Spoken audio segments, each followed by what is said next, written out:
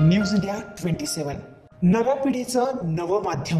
ग्रामपंचायतीचा जंगलावर दरोडा। शिंदे ग्रामपंचायतीने वनजमिनीवर 116 गाळे बांधले, प्रशासन गप्प।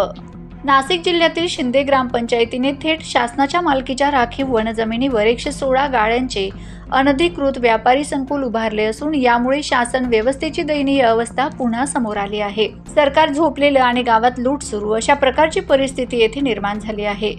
गट क्रमांक 475 मधील राखीव वनजमिनीवर परवानगीशिवाय झाडांची कत्तल करत ग्रामपंचायतीने भरदिवसा बांधकाम केले।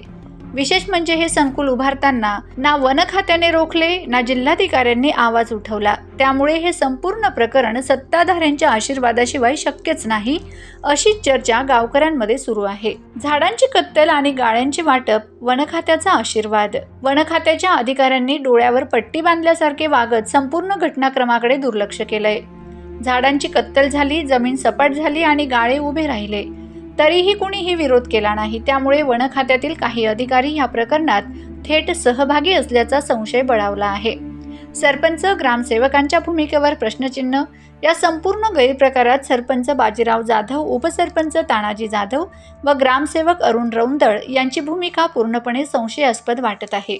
ग्रामपंचायतीतील काही सदस्यांनी लेखी पत्राद्वारे या अनधिकृत बांधकामाचा विरोध केला असतानाही गाळ्यांचे अंतर्गत वाटप पूर्ण केल्याचे समोर येत आहे। यावरून निर्णय घेतला तो काही मंडळींच्याच फायद्यासाठी हे स्पष्ट दिसून येते। सत्ताधाऱ्यांची पाठराखण।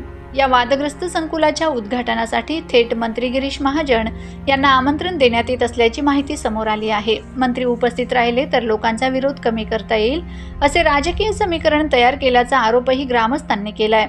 जिल्हाधिकारी कार्यालयाने या प्रकरणाची दखल घेत वरिष्ठ अधिकाऱ्यांकडून खुलासे मागवले आहेत।